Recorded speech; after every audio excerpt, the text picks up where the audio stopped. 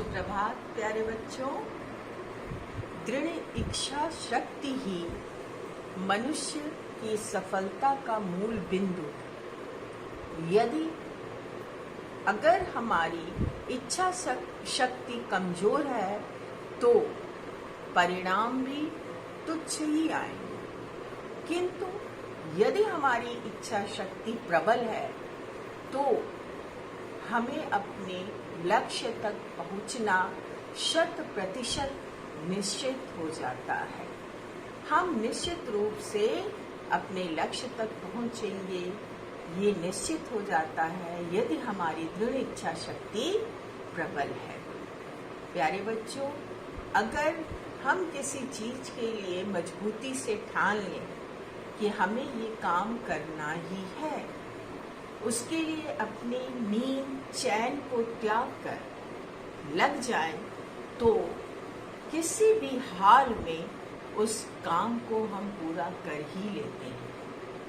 प्यारे बच्चों, इसी सुविचार के साथ मैं आपको पाठ 7 सुंदरलाल से की तरफ ले चलती हूँ। सुंदरलाल पाठ 7 आप लोगों ने पिछले सत्र में पढ़ा। ये एक जीवनी है और इस जीवनी में आपने श्री सुंदरलाल बहुगुणा चिपको आंदोलन का सूत्रपात करने वाले महान पर्यावरण गांधी के रूप में, वृक्ष मित्र के रूप में, महान पर्यावरणविद के रूप में जाने जाने वाले श्री सुंदरलाल के जीवन के कुछ महत्वपूर्ण पहलुओं के बारे में आपने इस पाठ में पढ़ा। प्यारे बच्चों, आपने देखा, मैं एक बार थोड़ा सा आपको इस पाठ की मुख्य बिंदु को एक बार फिर से आपके सामने लाना चाहूंगी।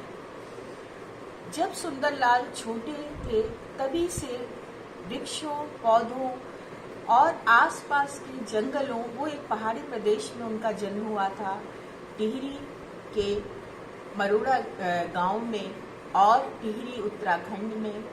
तो यहाँ पर इन्होंने आसपास पेड़ पौधे, जंगल, प्राकृतिक छटा के बीच अपना बचपन बिताया और बड़े हुए। और यही कारण था कि प्रकृति से इनका अटूट लगाव था। बचपन से ही ये पौधे बीज लाते, पौधे बनाते और उन्हें आरोपित करते और बड़े पेड़ का वो रूप लेते, पौधे और बीज। तो ऐसा करना इनको बहुत ही पसंद था, लेकिन केवल ये इतना ही नहीं करते थे। ये वृक्षों, पेड़ पौधों, प्रकृति से हृदय से जुड़े हुए थे। ये एक संवेदनात्मक संबंध इनका प्रकृति से था।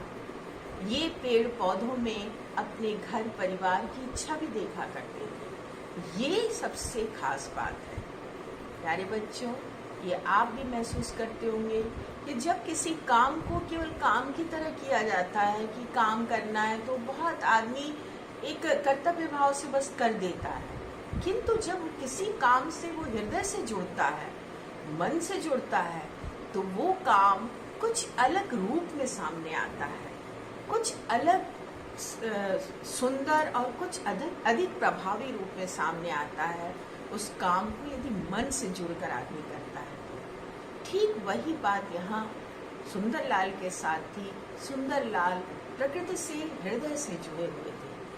धीरे धीरे वो बड़े होने लगे और पहले वो प्रकृति के प्रति केवल भावुक थे, किंतु अब वो बड़े हुए तो उन्होंने वैज्ञानिक दृष्टि से भी प्रकृति का अवलोकन करना शुरू किया। इसी बीच कुछ ऐसी घटनाएं घटी कि उन्होंने बहुतायत में कटते हुए पेड़ों को देखा और रोकने की कोशिश करने पर भी वो रोक न सके उन पेड़ों के कटने को। तो उनके मन में एक तरह की व्याकुलता उत्पन्न हुई और उस व्याकुलता के कारण उन्होंने पेड़ों को कटने से रोकने का कोई न कोई उपाय करना ही होगा, ये दृढ़ निश्चय कर लिया। और अपने इस दृढ़ निश्चय के बल पर उन्होंने अपनी एक मित्र मंडली के साथ आसपास के क्षेत्रों, फिर गांव से बाहर और दूर दूर तक लोगों के बीच में तरह तरह की जनसभाएं की, अनेक जन आंदोलन किए, सरकार को अनेक पत्र लिखे, तरह तरह के धरना प्रदर्शन किए, तरह तरह के उपवास किए, अनशन किए और तब जाकर एक वृक्ष की कटाई को रोकने के लिए एक जन आंदोलन तैयार हुआ। इनकी बातों में ऐसा जादू था कि लोग मंत्रमुग्ध होकर उनके पीछे हो लेते थे। उन्होंने लोगों को वृक्षों की कटाई और उससे होने वाले हानि, उन लोगों के सर पर मंडराने वाले खतरे से के प्रति आगाह किया। लोगों ने चीजों को समझा और उनके पीछे हो लिए। इन्होंने वृक्षों की कटाई रोकने और वृक्षारोपण को प्रेरित करने के लिए, वृक्षारोपण के प्रति लोगों का रुझान उत्पन्न करने के लिए तरुरक्षण एवं वृक्षारोपण संस्थान का गठन भी किया। और इन्होंने एक अनोखा ढंग वृक्षों की कटाई को रोकने के लिए लोगों के मन में जागृत किया कि यदि कंपनी के लोग वृक्षों को काटे तो आप सब पेड़ों से जाकर चिपक कर खड़े हो जाइए और तब तक खड़े रहिए जब तक कि कंपनी के लोग वापस न लौट जाएं। वह सुबह से शाम हो या रात, आपको खड़े रहना है। कंपनी के लोग आपके ऊपर कुल्हाड़ी नहीं चलाएंगे। आप इसी तरह पेड़ों को रोक सकते हैं। ऐसा लोगों के अंदर ऐसी चेतना जगाई और इस तरह से सूत्रपात हुआ चिपको आंदोलन का। प्यारे बच्चों, ये तो आपने अपने पाठ में पिछले सत्र में पढ़ा। अब इसी पाठ से संबंधित हम लोग अभ्यास के प्रश्न की ओर बढ़ते हैं।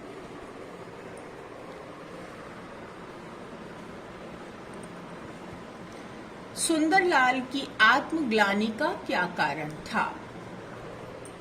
प्यारे बच्चों, पहले प्रश्न के उत्तर में आप कुछ इस तरह से लिख सकते हैं कि सुंदरलाल अपनी बीए की परीक्षा देने के लिए नैनीताल जा रहे थे, लेकिन तो उन्होंने रास्ते में देखा कि कंपनी के मजदूर बहुत अधिक संख्या में, बहुत अधिक तादाद में वृक्षों की कटाई कर रहे हैं, जिससे उनका मन बेचैन हो उठा और उन्होंने चलती बस को रुकवाकर वहीं उतर गए और उन्होंने मजदूरों को से विनती की कि वो पेड़ों की कटाई को रोके। किंतु मजदूरों ने जब उन्हें समझाया कि उन्हें वृक्षों की कटाई का ठेका मिला है, वे कंपनी के मजदूर हैं, कंपनी को ठेका मिला हुआ वृक्षों की कटाई का, यहाँ पर निर्माण कार्य होगा बांधों का, तो उन्हें वो चुप रह गए। उनके सामने और कोई रास्ता नहीं था वहां से वापस लौट आने का, किंतु उनका मन आत्मग्लानि से भरा हुआ था। आत्मग्लानि से मतलब मन से दुखी कि वो कुछ कर नहीं पा रहे हैं वृक्षों की कटाई को रोकने के लिए। ठीक है बच्चों, तो इस तरह से आप सुंदरलाल की आत्मग्लानि का क्या कारण था आप लिख सकते हैं। दूसरा, सुंदरलाल ने वृक्षों की कटाई रोकने के लिए कौन कौन से कार्य किए? सुंदरलाल ने वृक्षों की कटाई को रोकने के लिए अनेक महत्वपूर्ण कार्य किए। मैं थोड़ा बड़े रूप में आपको समझा रही हूँ, आप उसका छोटा रूप करके उत्तर लिखिएगा। जैसे आप लिख सकते हैं इसमें कि सुंदरलाल ने अपनी मित्र मंडली के साथ तरह तरह के आसपास के लोगों के साथ मिलकर उन्हें सहमत किया इस बात के लिए कि वो सब वृक्षों की कटाई के लिए सामूहिक कटाई को रोकने के लिए सामूहिक प्रयास करें और तरह तरह की जनसभाओं का और आम सभाओं का उन्होंने संचालन किया। लोगों का नेतृत्व करके उनके मन में वृक्षों के प्रति अगाध प्रेम उत्पन्न किया, वृक्षारोपण के लिए उन्हें प्रेरित किया और वृक्षों की कटाई से होने वाले खतरे जो उनके सिर पर मंडरा रहा है उसके प्रति आगाह किया, सचेत किया। इसके अलावा उन्होंने तरुरक्षण एवं वृक्षारोपण संस्थान का गठन किया। और इसके अलावा चिपको आंदोलन का सूत्रपात किया। इस तरह से उन्होंने वृक्षों और इसके साथ ही उन्होंने सरकार को तरह तरह से पत्र लिखकर, अनेक तरह के आंदोलनों से अनशन करके सरकार को भी बार बार इस बात के लिए तैयार किया कि वो वृक्षों की कटाई से होने वाले खतरे को समझें और इस पर रोक लगाएं। ठीक है बच्चों, तो चलिए अब हम लोग तीसरे प्रश्न की ओर चलते हैं। जब भी कंपनी मजदूर वृक्ष काटने लगते तो लोग क्या करते? मैंने आपको पाठ में समझाया था कि सुंदरलाल ने कंपनी के मजदूरों के वृक्ष काटने आने पर लोगों को क्या करना है ये समझाया था। उन्होंने कहा कि हम लोग गांधी जी के सत्य अहिंसा के विचारों पर चलेंगे और सविनय हम लोग विनय पूर्वक अहिंसात्मक तरीके से वृक्षों की कटाई का विरोध करेंगे। इसके लिए उन्होंने क्या कहा कि हर व्यक्ति पेड़ों से चिपक जाएगा या पेड़ों को पकड़कर खड़ा हो जाएगा, कंपनी के मजदूर आएंगे और तब तक वह हर व्यक्ति पेड़ों से चिपक कर खड़ा रहेगा जब तक कि वो वापस न चले जाए, क्योंकि कंपनी के मजदूर मनुष्य के ऊपर तो कुल्हाड़ी नहीं चला सकते थे। इस तरह से अनोखा ये एक तरीका उन्होंने बताया जो कि चमत्कारिक तरीके से, बहुत करिश्माई तरीके से सफल हुआ और चिपको आंदोलन का इस तरह से सूत्रपात हुआ। चलिए अब हम लोग चौथे प्रश्न की तरफ चलते हैं। प्यारे बच्चों, पहला, दूसरा, तीसरा प्रश्न आप लोग को भली भांति समझ में आ गया होगा। पाठ से ही संबंधित प्रश्न है और आपको अपनी भाषा में इसके उत्तर देने हैं। आपको भी समझ में आया होगा, मैंने अभी थोड़ा आपको समझा भी दिया। प्रश्न 4, उचित उत्तर पर सही का निशान लगाइए। ये आपके बहुवैकल्पिक प्रश्न है। बहुवैकल्पिक प्रश्न या एमसीक्यूज एक ही बात है। बहुवैकल्पिक प्रश्नों में आपके पास कई विकल्प दिए रहते हैं, 3 या 4 विकल्प दिए रहते हैं, उसमें से एक ही सही होता है। आपको सही विकल्प पर निशान लगाना होता है। प्यारे बच्चों, चलिए हम लोग उचित उत्तर पर सही का निशान लगाइए। सुंदरलाल पेड़ पौधों को किसके समान मानता था? सुंदरलाल पेड़ पौधों को मित्रों, माता पिता, भाई बहन, पूर्वजों, किसकी तरह? माता पिता की तरह। ठीक है, तो सही उत्तर है माता पिता। बाकी ये 3 को आप छोड़ देंगे। अगला, ख, सुंदरलाल अपनी बीए की परीक्षा के लिए कहाँ जा रहे थे? दिल्ली, गुजरात, नैनीताल, शिमला? नहीं, कहाँ जा रहे थे? नैनीताल। इतनी बात समझ में आई बच्चों? अब 5वें प्रश्न की ओर हम चलते हैं। 5वां प्रश्न है, सही कथन पर सही का निशान और गलत कथन पर क्रॉस का निशान या गलत का निशान आपको लगाना है। चलिए अब हम लोग 5वें प्रश्न को ध्यान से पढ़ते हैं। पाठ के आधार पर नीचे कुछ कथन दिए गए हैं। कथन माने कुछ पाठ के आधार पर वाक्य दिए गए हैं। सही वाक्यों के आगे सही का चिन्ह लगाइए और गलत के आगे गलत का चिन्ह लगाइए। सुंदरलाल वृक्ष काटने वालों से लड़ाई झगड़ा करता था। मैंने अभी बताया आपको कि वो विनम्रता से निवेदन करते थे लोगों से, और जब वो नहीं मानते थे तब वो पेड़ों के चारों तरफ चिपक जाते थे। वो अहिंसात्मक आंदोलन में सक्रिय थे। ठीक है, तो लड़ाई झगड़ा बिल्कुल नहीं करते थे। तो ये रॉन्ग है, ये गलत है पहला। दूसरा, सुंदरलाल मैदानी गांव में रहते थे। नहीं, मैंने शुरू में ही आपको पाठ में समझाया कि सुंदरलाल एक पहाड़ी गांव में रहने वाला था। तीसरा, सुंदरलाल ने तरुरक्षण एवं वृक्षारोपण संस्थान का गठन किया। हाँ, अभी मैंने आपको बताया कि उन्होंने तरु माने वृक्ष, तरुरक्षण एवं वृक्षारोपण संस्थान का गठन किया था। और घ, सुंदरलाल ने लोगों को फसलों की कटाई का ढंग समझाया। नहीं, सुंदरलाल ने कटाई का नहीं बल्कि वृक्षों को कटने से रोकने का ढंग समझाया। ठीक है बच्चों, तो इस तरह से हम लोग यहाँ पर ये चौथा रॉन्ग लगाएंगे, घ रॉन्ग लगाएंगे और फिर अंग।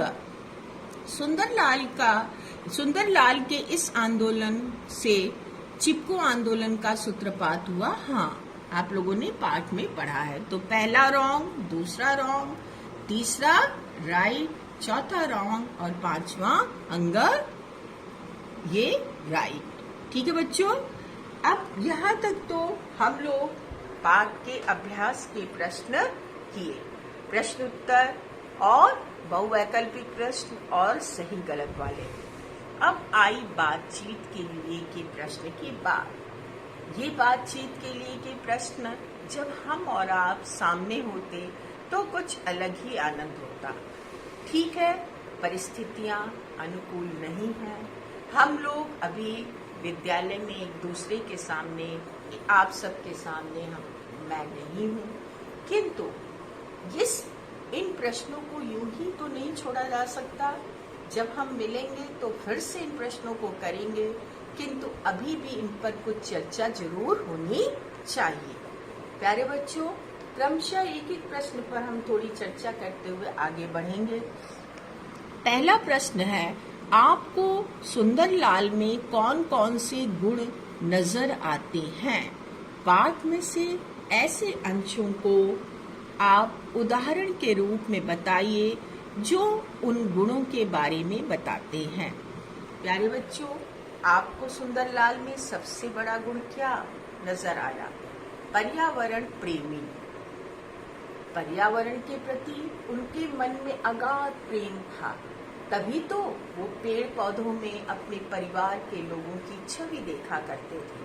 अपने माता पिता, अपने घर के लोगों को के प्रेम भाव को, के लगाव को वो पेड़ पौधों से महसूस करते थे। और ये सारी चीजें ही उन्हें पर्यावरण गांधी की उपाधि भी दिलाती है।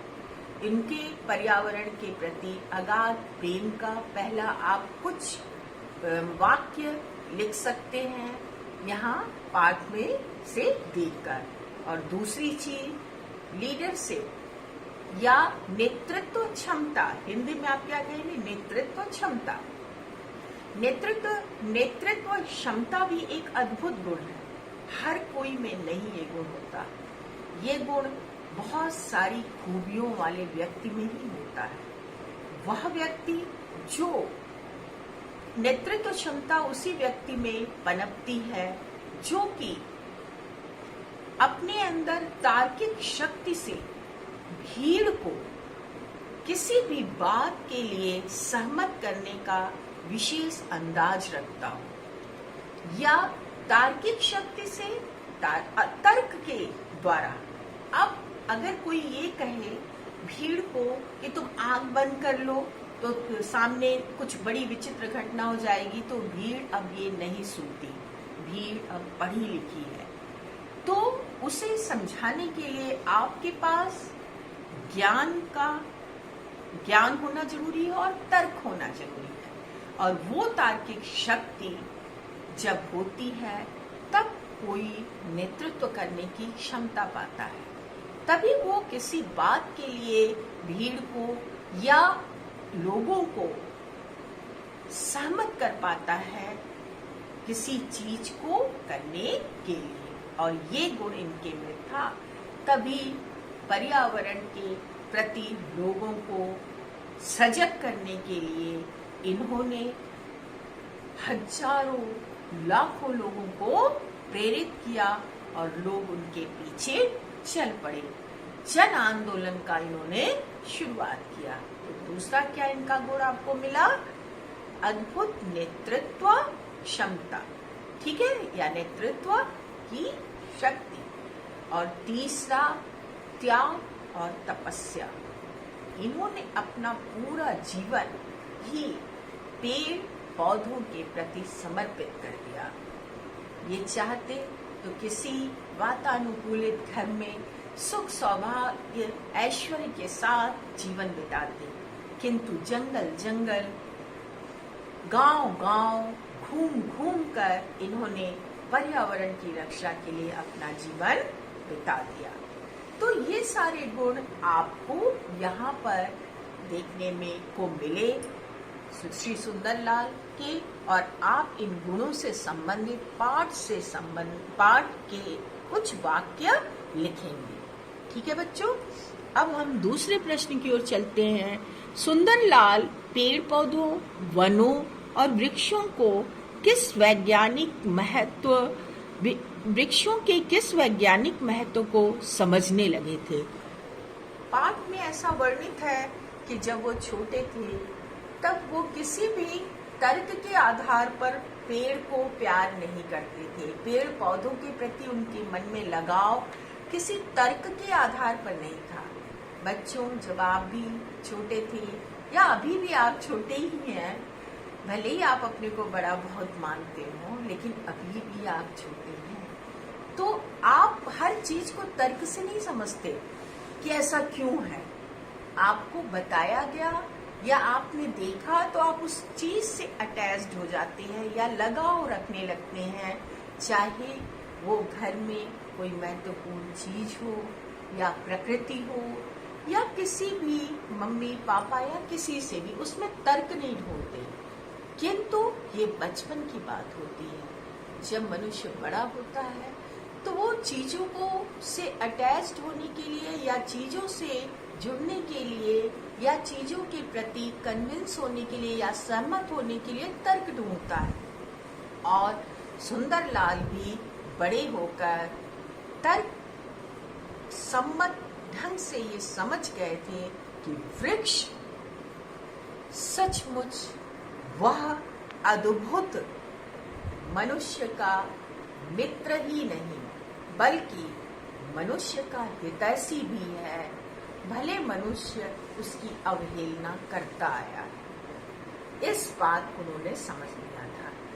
उन्होंने ये समझ लिया था कि वृक्ष न केवल हवा ऑक्सीजन देता है, कार्बन डाइऑक्साइड अपने अंदर ग्रहण करता है, बल्कि वृक्ष मृदा क्षरण को रोकता है। मृदा क्षरण, मृदा माने मिट्टी और क्षरण माने बहने को भी रोकता है। कैसे वृक्ष रोकता है?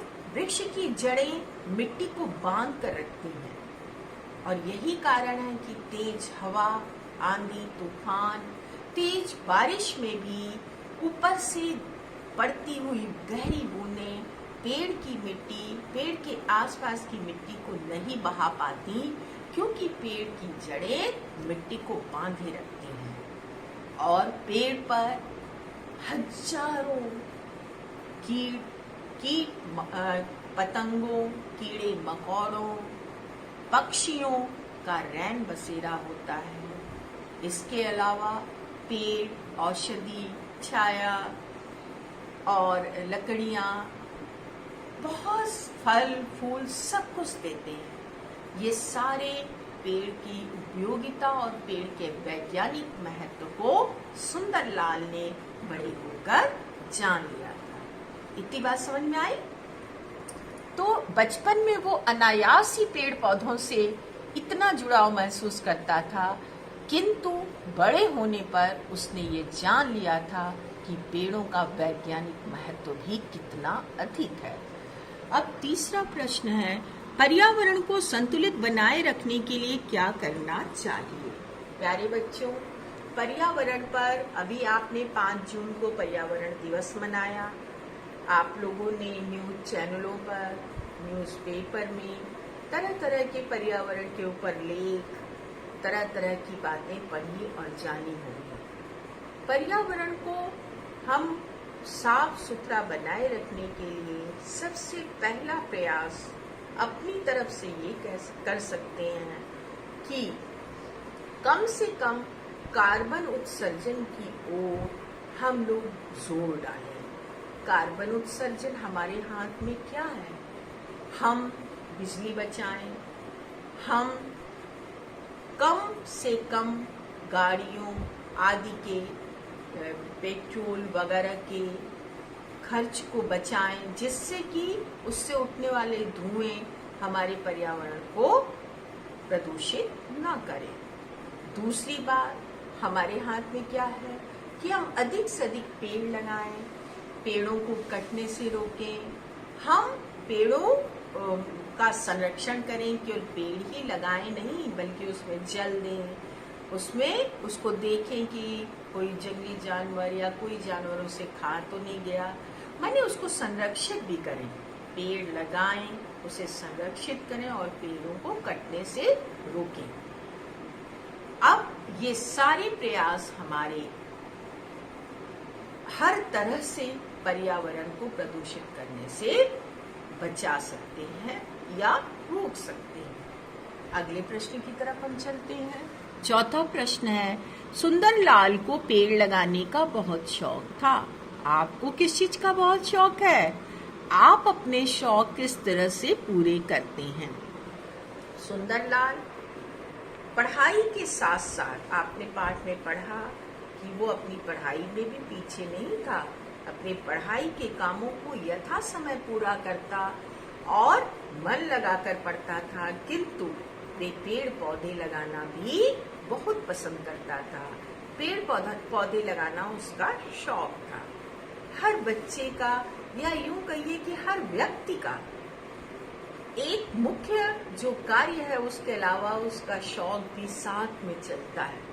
जैसे किसी का नृत्य का शौक होता है, तो किसी का संगीत का, कोई अच्छे वाद्य यंत्र बजाता है, तो कोई अच्छे खेल खेलता है। हर व्यक्ति कोई अच्छी चित्रकारी करता है, कोई अच्छी चीजें बनाता है, रचनात्मक कार्य करता है, कविताएं लिखता है, कहानियां लिखता है। ऐसे हर व्यक्ति का कुछ न कुछ शौक भी होता है। जब वो अपने मुख्य कार्य के साथ कार्य को करके थकता है, तो अपने में एक नई ऊर्जा उत्पन्न करने के लिए वो अपने शौक की तरफ दौड़ता है। प्यारे बच्चों, निश्चित रूप से आपका भी कोई न कोई शौक जरूर होगा। जब हम मिलेंगे तो आप हमें अपने शौक के बारे में बताइएगा कि अपनी पढ़ाई को बिना बाधित किए आप अपने उस शौक को कैसे पूरा करते हैं। चलिए अब हम लोग अगले प्रश्न की तरफ चलते हैं। अनुमान और कल्पना का प्रश्न। अनुमान और कल्पना, ये प्रश्न आपके लिए सबसे अधिक जरूरी प्रश्न है। हर व्यक्ति में अनुमान और कल्पना शक्ति को बढ़ाने के लिए, हर बच्चे में बढ़ाने के लिए अनुमान और कल्पना शक्ति को ये प्रश्न आपकी किताब में रखे गए हैं। आपकी कल्पना की उड़ान जितनी ऊंची होगी, आपके सोचने का विस्तार उतना ही बढ़ता जाएगा, विस्तार फैलता जाएगा। जैसे पहला प्रश्न है यहाँ पर, यदि आपको कोई व्यक्ति पेड़ काटता नजर आए तो आप उसे किस तरह समझाएंगे? यहाँ पर समझाएंगे मतलब आप उससे अहिंसात्मक तरीके से कैसे आप उसे सहमत करेंगे, कैसे आप उसे कन्विंस करेंगे, ये पूछा गया है। निश्चित रूप से आप अपने पाठों में, आप अपने शिक्षक शिक्षिकाओं से, आप अपने अभिभावकों से और आप खुद के अनुभवों से ये समझ चुके हैं कि वृक्षों का कितना गहरा महत्व है मनुष्य के जीवन में। और इसी बात को जो लोग पेड़ काट रहे होंगे, उनके पास जाकर आप शांतिपूर्ण तरीके से उन्हें समझाने की कोशिश करेंगे कि पेड़ों को कटने से रोकने के लिए आप भी प्रयास कीजिए और कोई दूसरा रास्ता अपनाइए कि इन पेड़ों को काटने के अलावा काम चल जाए। ठीक है बच्चों, जैसे अगर कोई सड़क बन रही है तो सड़क को थोड़ा सा घुमाकर बना ले। बड़े पुराने, सैकड़ों साल पुराने पेड़, जिसका अपना एक लंबा इतिहास है, उसके इकोसिस्टम का एक लंबा इतिहास है, मनुष्य के लिए उपयोगी बनने का, उसको पल भर में धराशायी करने की जरूरत नहीं है, बल्कि अगर सड़क निर्माण हो रहा है तो अपनी राह बदल ले। यदि बिल्डिंग बन रही है, मकान बन रहे हैं, तो उस पेड़ को जीवंत रख करके ही मकान के नक्शे बनाए जाए। आप तरह तरह से लोगों को सहमत कर सकते हैं। अब दूसरा प्रश्न है, कल्पना कीजिए कि अगर सारे पेड़ कट गए तो धरती का क्या होगा। इस कल्पना मात्र से ही रोंगटे खड़े हो जाते हैं। यदि धरती पर हरियाली नहीं, यदि धरती पर पेड़ नहीं, तो मनुष्य का जीवन असंभव हो जाएगा। मनुष्य जो है वो सांसें लेना मुश्किल उसके लिए हो जाएगा। तो जीव की कल्पना ही नहीं की जा सकती पेड़ों के बिना। तो आप लिख सकते हैं कि पृथ्वी पर जीव जंतुओं की कल्पना ही वृक्षों के बिना नहीं की जा सकती। आ रही बात समझ में बच्चों?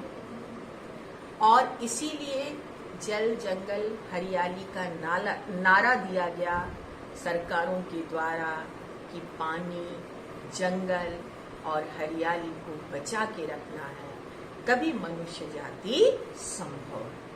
प्यारे बच्चों, आज मैंने अनुमान कल्पना के प्रश्न के बारे में कुछ मुख्य बिंदु आपको समझाने की कोशिश की। ये आज आपका गृह कार्य है, इसे आप ध्यान से समझ लिए हैं। अब आप इसको अपनी भाषा में गृह कार्य को करके आज ही शाम को 6 से 7 के बीच में भेज दीजिएगा। निश्चित रूप से 6 से 7 के शाम को 6 बजे से 7 बजे के बीच में। ठीक है बच्चों? अब बाकी जो शेष प्रश्न भाषा की बात के कुछ करने के लिए हैं, उन्हें मैं अगले सत्र में करवाऊंगी।